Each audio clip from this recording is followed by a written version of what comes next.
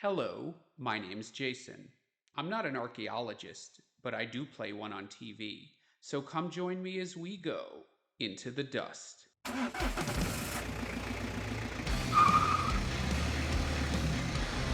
This show has been brought to you by the letter A. Okay, welcome to the very first edition of the ABCs of Archaeology. And where else would we start but the letter A? And what else would we start with but A for archaeology? So let's actually begin this by saying what archaeology definitely is not.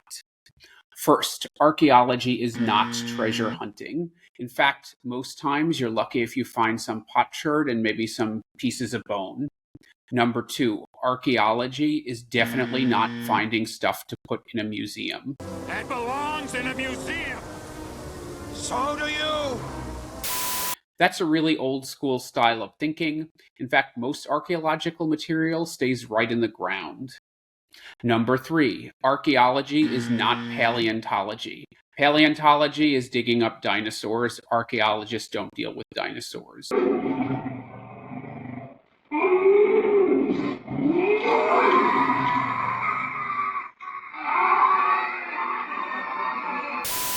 Number four, archaeology is not architecture. That is the designing of buildings and structures. And number five, archaeology is not geology. That's the study of rocks. You are now the proud new owner of your very own pet rock. So what actually is archaeology? Well, archaeology in some places, especially the US, is considered a subdiscipline of anthropology.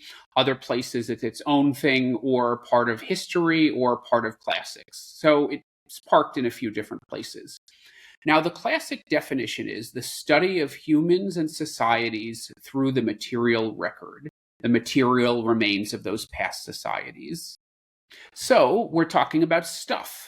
And there's a lot of stuff that people normally think of when they think of archaeology, like buildings, weapons, armor, that sort of thing. But there's a lot of other things you wouldn't normally think of that we find in archaeology.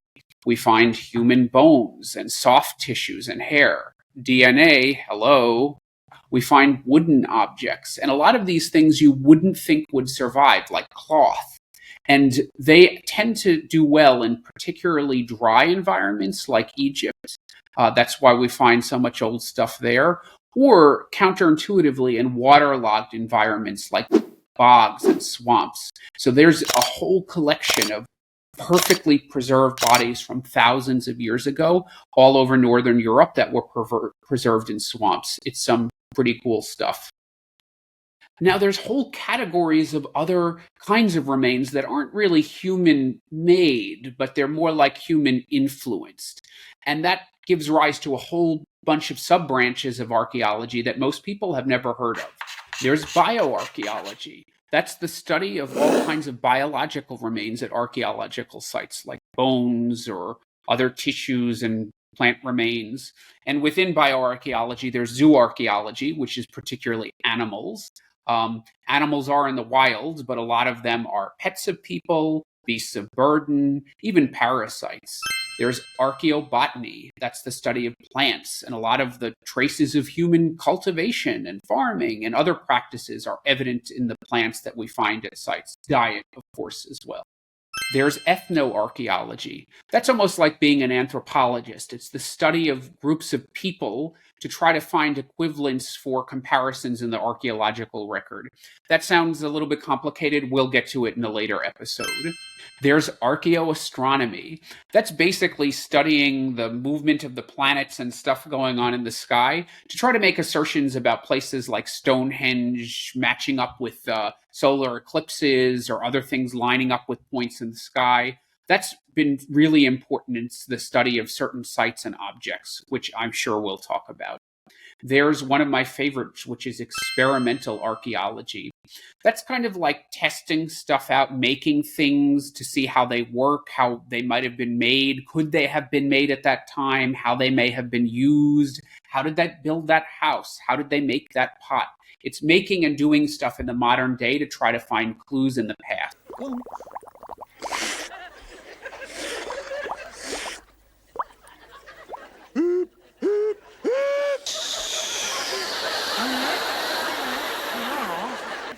Oh, so that's what Bunsonian does. And there's landscape archaeology. That's studying how humans influence the land and how the land influences them. So the situations of villages, which happen in somewhat regular patterns in different regions, or where roads are put, or what are signs for cultivation in different ages in the landscape. Archaeology is also an academic discipline. It's not just digging stuff in the ground. So, like any academic discipline, it has a lot of theory and research that goes into it. Now, just like international relations, that's something I've studied. They have a few different theoretical schools. They've got realism, they've got liberalism, they've got neorealism. Or economics, that's something else I've studied. You have Keynesianism and monetarism. Archaeology has certain schools of thought. Now, it started out with antiquarianism, which is really not much of a thing anymore. It was basically rich old guys who went to Egypt or dug in their backyard for a hobby. Not a lot of practices or theory going on there. The first one, after archaeology kind of became an actual discipline, was culture history. This is sort of the old school style of archaeology you'd recognize from Indiana Jones, people studying particular cultures and periods of time, and just kind of classifying things, giving them a date range, trying to figure out where that fits out in history. This is actually widely disparaged nowadays because it was a good way of characterizing and categorizing things, but not really giving a lot of answers. However, it's actually what most archaeologists do every day when they're digging in the field and finding things and categorizing them for placement in the relevant context. Next, in the 1960s, there was something called new or processual archaeology. That happened in the context of all these revolutions going on all over the world, real and in academia. That was about trying to introduce science-testable hypotheses into archaeology so that it stood up to other disciplines that were more in the hard sciences area. And finally, we have post-processualism, which came about in the 1980s. Now, the post-processualists were reacting to the new archaeology or processualism, which they saw as being an over-scientificization, if I can use that word, of archaeology. Now, the post-processualists knew that you use hard sciences in archaeology, and that's a very, very important tool set, but that they thought the new archaeologists sort of took people out of the archaeology. They thought that when you see this pot structured that way, or this building built that way, or this site arranged that way, a lot of the reason for that is inside people's head. So it involves things like ideology, religion, even psychology. So post-processualism isn't really one kind of strand, it's an umbrella. And various strains of post-processualists emphasize different frames like Marxism or feminism or phenomenology or psychology and cognition. So they went out in a lot of different directions. Some of it's pretty hokey, but a lot of it, when you see the kinds of interpretations they came up with, make a lot of sense. But whatever theoretical frame you're coming from, or if you don't even have one, ultimately what archaeology is, it's about telling stories. It's looking at this site and trying to sort of be a detective and figure out what was going on here. Why was it going on? What did it mean? So ultimately what archaeologists are storytellers. Oh, a bullshit artist. Okay, yeah, they're kind of that too. But as you can see from our talk about theory, it's a little more than that, and you have to have good evidence behind your BS. So A is for archaeology. I'll see you next time when we get to. I don't want to kill the surprise. I'll let you figure out what comes after A. Until the next time, bye bye. Archaeology Porn. Hey everyone, welcome to the very first episode of Archaeology Porn, where I'm going to introduce you to some scintillating archaeological material. And for our very first episode, where better to start than the inspiration for the recent Indiana Jones film, The Dial of Destiny? What am I talking about? The Antikythera Mechanism. And while the movie may have been a stinker, this object is hot, making it truly worthy of the title, Archaeology Porn. Archaeology Porn. Now let's talk a little bit about what this thing is. This is considered to be the world's very first analog computer. What's an analog computer? Well, I'm a wannabe archaeologist, not an IT guy, but I can try to explain it in simple terms the way I understand it. An analog computer is something that uses a continuously variable measurement or force, like fluid pressure. So fluid pressure exists on a continuously and infinitely divisible sliding scale. Between any two measures of fluid pressure, you can have a smaller measure in between. And it uses that to calculate something else, like the movement of a planet. Compare this with the type of computers that you and I know, which are digital computers. Those use digits 0, 1, 2, 3 that are discrete to calculate something. So they are not continuously variable. Now, what makes this Antikythera mechanism so outrageously prochronistic is when it was made, which was anywhere from 87 BC until 220 BC. Now, just to give you an idea of how crazy this is, it's made up of a bunch of wheels and gears like the inside of a clock. That type of technology was not known to have come about until the 13th century. So like 14 to 1600 years after this thing was made.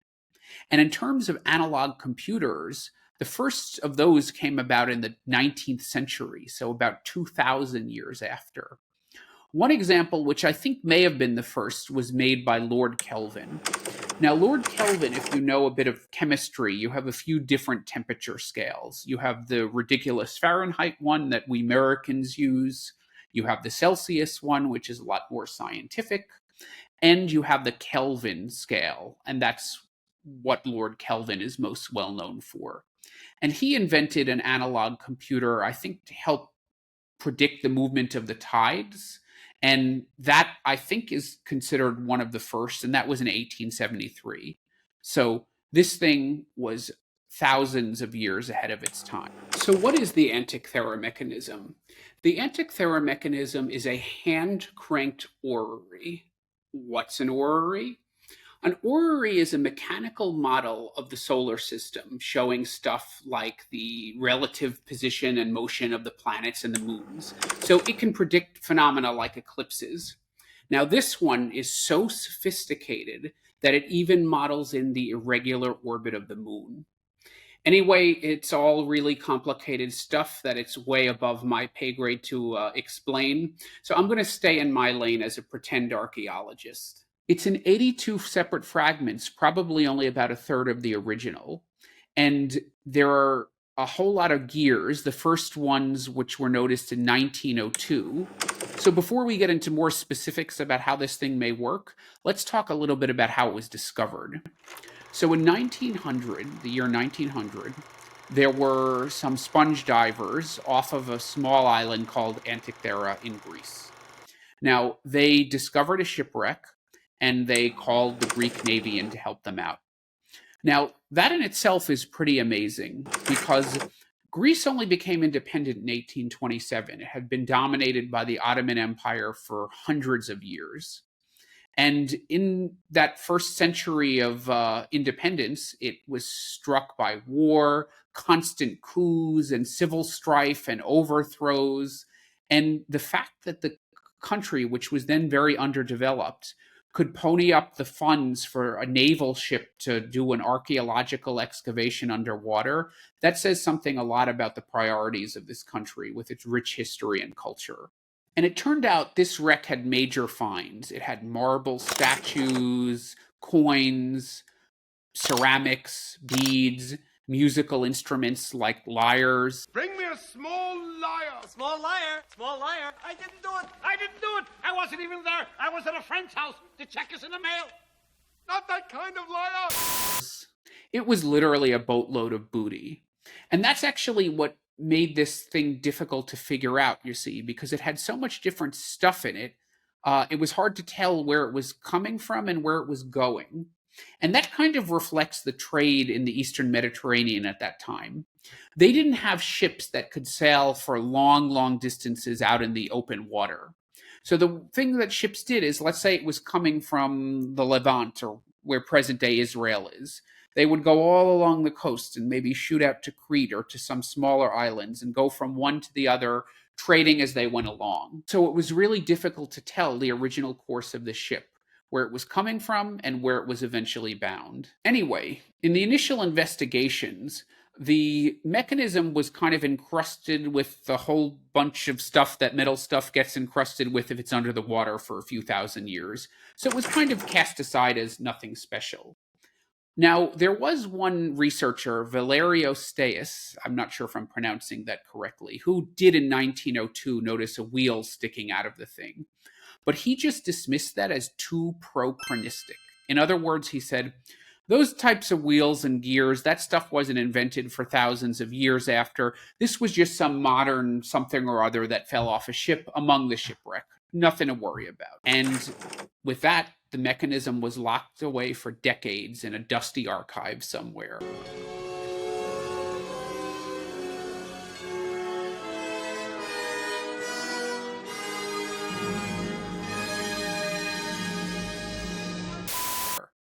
And it wasn't until 1951 that it was rediscovered. So there was this British physicist, science historian, and Yale professor, Derek John de Sola Price. And he became interested in this object somehow and started researching. And pretty soon he realized there was more to this than what it seemed. A diamond in the rough. Now, he published 2 papers on the mechanism, one in 1959 and one in 1974. One of the things he was looking at was the descriptions on the different fragments they discovered. Price was aided in this by a Greek nuclear physicist named Charalampos Karakulos, who used X-rays and gamma rays to help make imagery of these very small inscriptions. So there are 7 major fragments and 16 minor fragments that have inscriptions on them. And based on these, Price was able to propose a date of creation of 87 BC. Now, that 87 BC date conflicted quite a bit with the carbon dating on the hull planking of the ship, which suggested that the trees used to make the planks of the ship, they were felled in 220 BC, more than a century before that 87 BC date. Now, that also was complicated because it seemed to conflict with the dates of some of the coins that were found among the wreckage. So how, as archaeologists, do we figure this out? Well, dating is an inexact science, and it is something you have to triangulate. And what's hypothesized is that the planks used to make the ship were old by the time they were used to create the ship. So maybe they had been used in some other capacity for a while, and it wasn't until somewhat later that they were used to form this ship. So that's how the different dating evidence might be explained, and that's a fairly common problem in archaeology, as there are so many different ways of dating things scientifically now. This type of interpretation shows that why in archaeology the science isn't always settled, and it actually requires some judgment and art applied to it. But we'll talk more about this when we get to our segment on dendrochronology and radiocarbon dating. Now, there have been a number of studies since that last one in 1974. In 2005, X-ray CT scans decoded the structure on the back of the mechanism. In 2008, more scans were done to look inside the fragments and see inscriptions which were not visible to the naked eye. In 2008, more scans were done that looked inside the fragments and all of that crusting and actually found other inscriptions. This is where that idea that there were 37 gears came from, and also revealed some of the hidden functioning of the mechanism, like its ability to predict eclipses. Nice dissolve. Its ability to model the orbit of the moon, and the fact that the Greeks actually knew that the moon has an irregular orbit, meaning its speed varies throughout that orbit. Now, it's 2023, and I didn't even know that, and the Greeks knew that more than 2,000 years ago. Amazing. Price was able to reconstruct a model of what he thought the mechanism looked like after his 1974 paper, and there were other models that came out thereafter.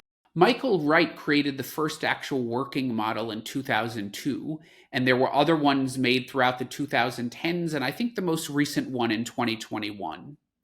These were greatly aided as more information became available, as more and more scans were done with better and better technology. The most recent effort was conducted by scientists from the University College London, UCL Heyo, who used computer modeling to create a 3D model of the whole structure, which they hope to recreate physically using modern methods.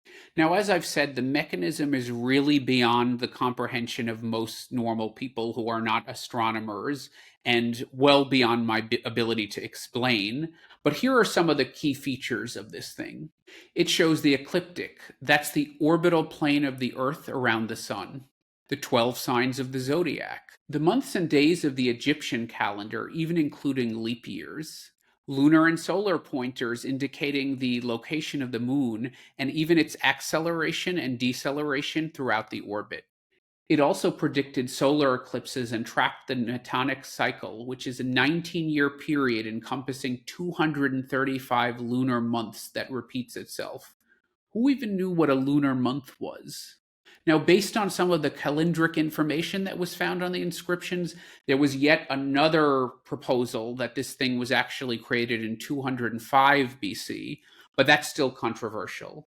Now, the back door to the mechanism has a sort of instruction manual on it, and this is what references those 235 months of the Metonic cycle, those are lunar months, as well as 223 lunar months of the Saros cycle and the 76 years of the Ecliptic cycle.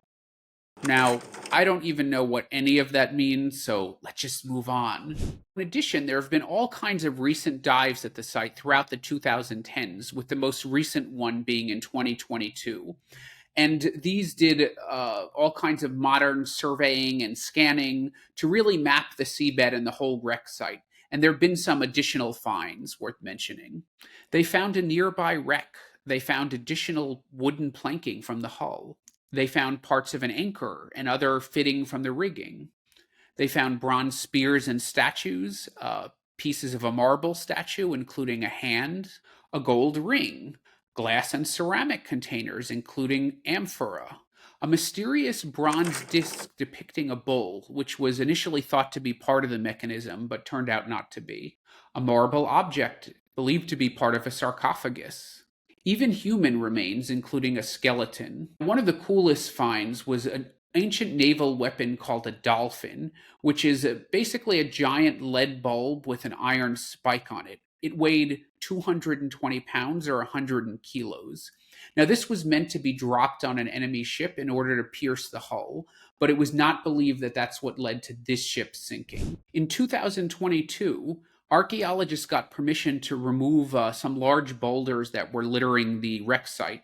And once they did this, they actually found human teeth. Now, what's so cool about that is teeth actually can yield tons of information, which is now going to be coming out, particularly isotopic information, which can tell us about where people were from, where they grew up, and what sort of illnesses they may have had. So as you can see, this is still really very much an active site. And you can also see how complex a site like this is. We have the marine archaeologists doing the diving. We have dendrochronologists. We have the folks that do carbon dating. We have bioarchaeologists. We have archaeoastronomers. So this kind of a complex site involves so many subdisciplines of archaeology and related sciences. Now, some food for thought is how such a site would be treated today. Currently, pretty much universally accepted archaeological principles are that sites and materials should be left in situ unless it's threatened by something like development, which this ship would not be. So, chances are if this was found today, it would actually be left at the bottom of the ocean. And I wonder if that's always the best thing, as I'm someone who wants the public to be able to appreciate the archaeology. In fact, modern international law, namely UNESCO's Convention on Underwater Cultural Heritage, actually enshrines this principle that stuff is supposed to be left in situ unless specifically threatened. And yet, if you want to display something underwater to the public, the act of raising it actually is a threat because it's very, very fragile. And if it's not very, very, very, very carefully preserved, the stuff could be ruined. You're going to see more of this later in my visit to the Hunley in Charleston, South Carolina. So, in other words, leaving something at the bottom of the ocean might actually be the best way to preserve it. So, there's some food for thought. Now, as you'll see in my site visit series, one of my favorite things to do is actually visit these archaeological sites. And because this one is underwater, first of all, you can't really visit it. And even if I was there, I couldn't do it because I can't dive. I've had a bunch of surgeries on my sinuses, and for that reason, I cannot scuba dive because I can't equalize. Yeah, bitter party of one. But anyway, even though you can't visit the site, you can see the mechanism. And that was one of the coolest experiences of my archaeological life. The mechanism, along with a lot of the other stuff found from the shipwreck, is on display at the National Archaeological Museum in Athens, and you should definitely check it out. First of all, it's a place to get away from the crowds at the Acropolis, and when it's hot as out like it was this summer, it's a great place to cool off. Definitely one of the best museum experiences I've ever had, and I totally recommend going there. You can find some of the modern reconstructions of the Antikythera Mechanism in institutions around the world, such as the American Computer Museum in Bozeman, Montana, of all places, and the Manhattan Children's Museum in New York City. Well, my brain is about to explode from all that sciencing, and I'm pretty hot and bothered at this point. Ooh, is the camera lens fogged up there? Anyway, stay tuned for the next episode of Archaeology Porn, when I take a revealing look at the Nefertiti bust. Bye for now. Welcome to the very first episode of my site visit series.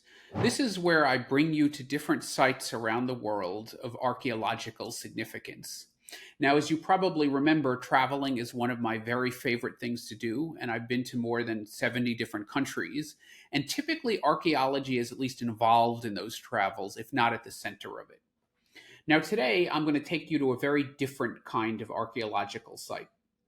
We're sticking with the nautical theme of this episode, but the site is not old, it's not under the water, it's not into the dust, and there's no buildings involved. Where are we going?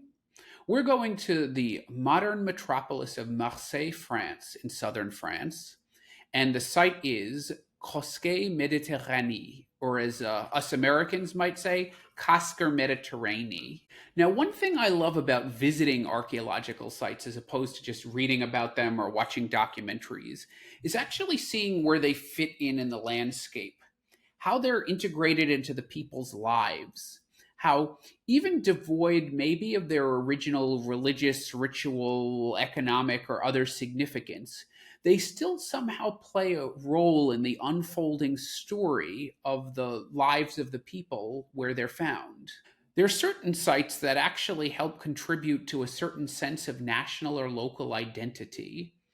They give people who live there or are just visiting a sense of history, and that history may be real or imagined. There's often a big gap between what people think history is and what actually happened. But in a certain sense, it doesn't matter because they're important to the people visiting them. So without further ado, I'll just let the film roll from my recent trip to Marseille, where I went to Cosquer Méditerranée. This is literally me just riffing on the spot without any preparation. So warning, there are going to be some mistakes and it's going to be a little rough in places. I've included some fact checks just to get everything right, but I kind of like this au naturel in situ presentation rather than an in studio script. So we'll see how this goes. So I'm standing here like Trisha Takanawa Tom, I'm standing here with flawless skin next to the shedding, crumbling, dusty, ancient relics of white people my age. At the seafront in Marseille, in France. That's the amazing and very new, maybe less than a year old Cosquer Méditerranée, which I just visited. I'll talk about that. But so I'm here in Marseille. Marseille is one of the largest cities in France. I think number 2 or 3, I can't remember. I probably should have looked that up, but it's fine. Which is very unique in France. It's a very diverse city. I think percentage-wise, it has among the largest immigrant populations of any French city, mostly North African. Now I'm here just as these riots, which have been engulfing France, seem to be winding down. And so this is obviously was a place for that. It's balmy. It's about 30 degrees Celsius, upper 80s at 11 in the morning, but dry and windy, so not too bad. In any event, so Marseille is very important historically. It was founded by the ancient Greeks. I believe the name at that point was Massala, but I can't remember. It was very, very important in Iron Age Europe because a lot of the metalwork, fancy pottery, things that are known as prestige goods in a certain sense came from here up through the Rhone and into northern Europe. What were called the Germanic tribes, or the Celts as well, the Iron Age people. So those terms are all loosely used because there's some problems with the Celts. But this was during the Hallstatt-Laten period. I don't remember exactly when Massala was founded, but it became more important later in the Laten period. So a lot of these prestige items were traded up through here. For example, the Vix crater and a lot of the effects in that burial, which is in northern France. I'll have to visit that once and do a series. But anyway, it was very, very important at that time. The tribes of northern Europe began to have influence from the Mediterranean in their weapons, their art, etc. And so a lot of that came through here. It is some controversy to what extent that happened, because there is an older model of, an archaeological thinking and reconstruction, you could say, because this is before history. So this is interpretations based on the archaeological record. There is a model of cultural diffusion. We talked about that, where the Mediterranean and the Near East is sort of the cradle of civilization, and all the good stuff came from here and spread out. Now, there's some debate, how much of it really was Mediterranean influence. Definitely some of it was. I mean, we know the Vix crater and other things were manufactured in the Mediterranean by the various peoples there, whether that be Etruscans or Greeks, etc. However, the debate is to what extent there was a model where Massala was sort of modeled as the center, the coin, and then everywhere else was sort of the periphery and everything spread from there. Probably not that rigidly formalistic, but that's the way it used to be modeled in this, this part of the world, that this was the center of things and culture spread from here. Now, anyway, that place, the Cosquer Museum Méditerranée, is about a year old, and it's one of the most extraordinary things. So, there is a cave in a place called Cassis. I'm going there later. It was discovered in the 1980s and explored sort of secretly by the guy who discovered it, Cosquer. He declared it in 1991. I think once there was a terrible accident and some divers he brought down there died. Maybe he didn't bring them down there. Maybe he just showed it to them and they went on their own. I'm not sure. But he sort of declared it to the authorities in 1991. And in there were found hundreds, more than 500 carvings and paintings by Paleolithic people. Paleo means old, like the paleo diet. Lithic means stones, the old Stone Age, the early part of the Stone Age. Later, these paintings and carvings were dated to 33,000 BC to, I think, 24,000 BC, something like that. So more than 25,000 years ago. They were made out of coal, so there was a sort of pencils made out of charcoal. that's how these things were dated. I suppose the things that were only carved were dated based on comparisons with those paintings, because the paintings could be carbon dating. So they probably dated the carving stylistically. That's what I would guess anyway. Now, those 500 plus carvings and paintings, a lot of them are of animals. The most common being, and there's so many mysteries, so the most common animal is the horse. And of course, the reverence of the horse as this sort of holy animal, that actually lasted right up until the Iron Age. There was a goddess Epona. Then I think that accounts for some 40% of the carvings and paintings. The second most is the ibex, which is a kind of a goat, and the third most is a deer. But there are lions, bison, reindeer, all kinds of animals depicted. Seals, even penguins. Now, whoa, penguins. So let's talk about this cave. This cave used to be kilometers away from the shore during the Ice Age because the sea level was so much lower. At that time, the cave was accessible to people, and they went in there over some 10,000 years to carve. Now, the sea levels have been rising since then, and this cave is now, I think, 37 meters, some 120 some odd feet underwater. And I'm just showing you some of the scenery as we're talking. That's a beautiful church up there, an old lighthouse. This is another modern museum. But anyway, the sea levels rose. This thing is now 120 some odd feet, 37 meters under the water. Cosquer discovered it. But the point is, at the time it was active. These paintings were made, all the handprints, that's another one, people stenciled their hands. At the time that was made, that was the Ice Age. That's why the sea was so much lower, because all the water was tied up in glaciers. And so this would have been a climate around here, you know, I just told you it's 30 some odd degrees Celsius, maybe it's higher 80s in Fahrenheit. This place used to be kind of like Iceland or maybe Siberia. So you have penguins there, you have seals, oryx, which is a huge, now extinct form of kind of bovine, cow-like animal.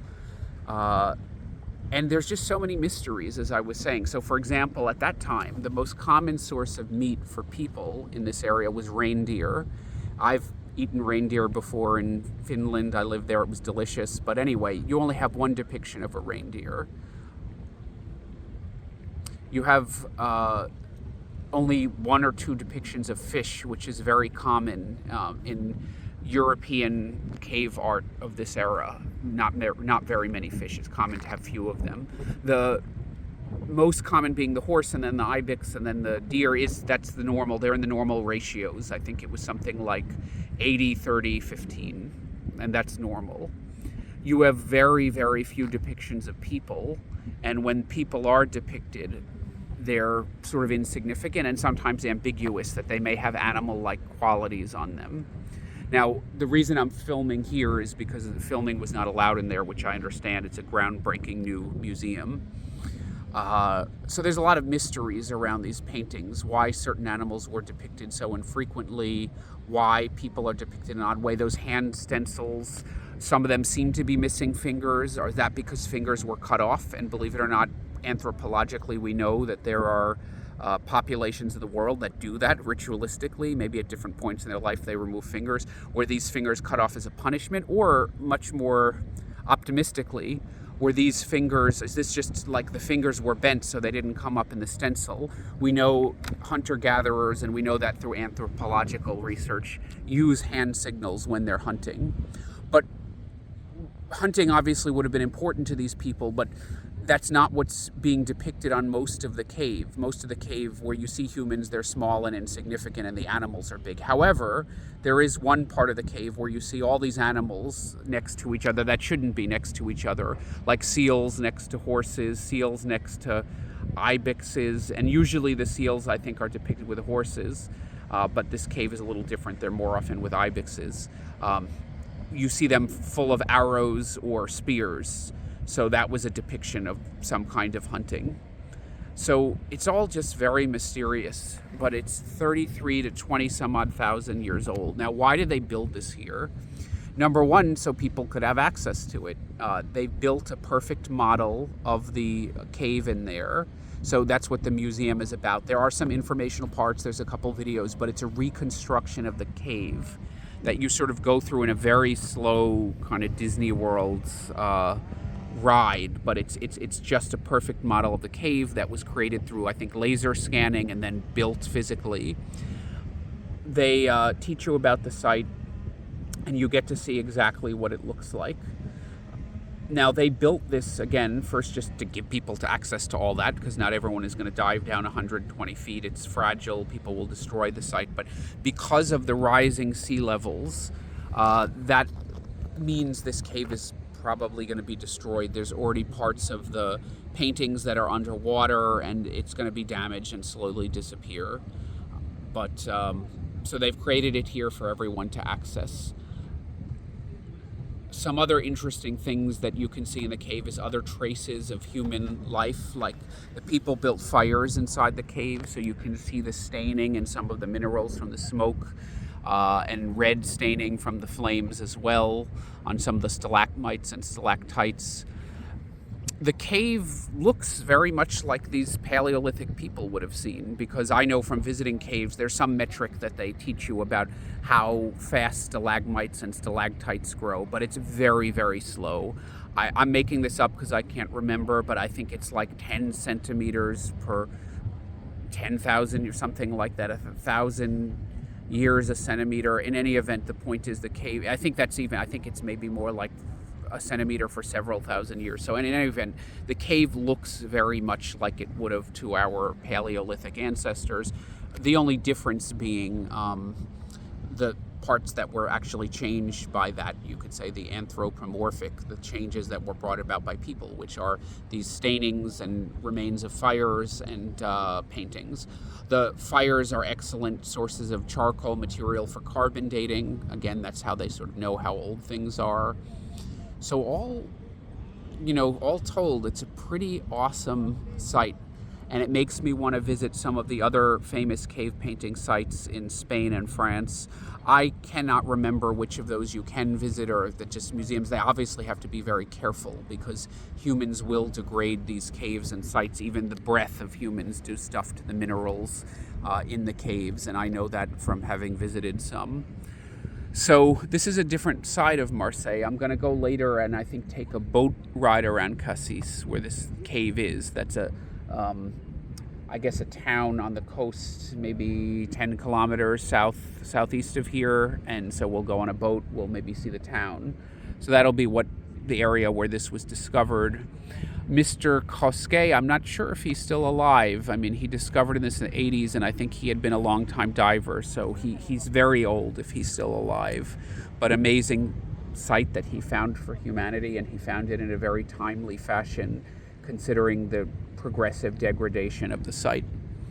So I'm going to look around the old harbor now and enjoy myself in Marseille.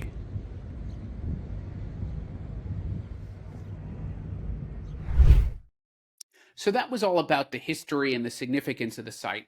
Let's go over some practical information. So it's a very modern glass building, as you saw from the film. When you walk in, there's an elevator going down, which takes you into the reconstruction of the cave. Before you get in there, there's a very short briefing. You go down into the elevator. As you step out, you go into sort of one of those amusement park style rides on a track. Sitting down, there's a bar that for safety, but it's not like it's Fast and Furious or anything. Now, that vehicle takes you through the site. There's a very helpful audio guide narration, which takes you through some of the geology, the site formation, the discovery of the site, and then shows you the different paintings and interprets some of it, compares it with other known cave sites in the region. And it's very helpful in that the paintings are illuminated. After all, it is a cave, so it's dark, and there are shadows and nooks and crannies where some of those paintings are hiding. Now, that narration and ride part takes 30 to 35 minutes, and then you're let out into the modern-looking part of the museum again. And it's really cool because they have a docent who gives a presentation with multimedia. And what I really liked is it's not a set kind of talk. Based on the audience, the ages of the people, the questions that are asked, they cover different topics. So it's really a chance that allows you to explore with someone who's knowledgeable about the site. After that, you go way, way upstairs, up a very long escalator, to a few galleries that show big stuffed versions that are very realistic looking, not cheesy, but of animals that were alive at that time when the cave was above water and visited by people. Some of those animals extinct, some still around. There's also a bit of information about how the climate has changed and is continuing to change with climate change, what that means for the site in the future, and how it helped form the site. At 16 euros per adult and 10 per teen, plus some other concessionary rates, it's actually not a bad deal. I mean, nowadays in the US, a good museum is $30 a visit. In Britain, a country house could be £28. So it's really pretty reasonable, all things considered. Later that day, I actually made it out to Cassis, the town near where the actual cave is. Of course, you can't visit. It's deep underwater, and the location has not been disclosed for obvious reasons. They don't want tourist divers going there. However, the town is definitely still well worth a visit. Away from the tourist-clogged oceanfront, which is charming in and of itself, there are a lot of quiet back streets that are really nice to stroll around. But the showstopper are the calanques. Calanque in French means coves. All around Cassis is a national park, and that's how you go through these calanques. Now, the best way to do that is by a boat tour, and those leave from the central sort of harbor in Cassis. And there are some that you can actually hike to, and some of the beaches there are really only accessible by hiking or maybe by boat. Now, even though you can't see the cave, it's still well worth the visit, as the cliffs around there are made of limestone, which is kind of Mother Earth's favorite material for making caves and crazy rock formations like karst cliffs. So it's definitely got some stunning scenery. Now, there's a lot of options for tours. Ours was an hour and a half and cost something like 20 euros. We actually didn't reserve in advance, but during the high season weekend, you're definitely going to want to do that. Now, if you're up for a hike, as I mentioned, some of those amazing beaches are only accessible by hiking up and down the cliffs. There are paths, but it is a long way up and down. However, if you're fit, that's a small price to pay to have a secluded beach to yourself, surrounded by crystal clear blue water and these amazing cliffs. Otherwise, Marseille has a lot to see, especially around the old port, including the stunning cathedral, to lots of old forts, and even the Chateau d'If, which is where the Count of Monte Cristo took place. Cosquer Mediterranee is a totally unique site, which brings a lot of modern technology and interactive exhibits to bring this Paleolithic cave site deep underwater right to a place where it's accessible for anyone to visit. And right in the old port, it's surrounded by tons of other cultural, historical sites and great food.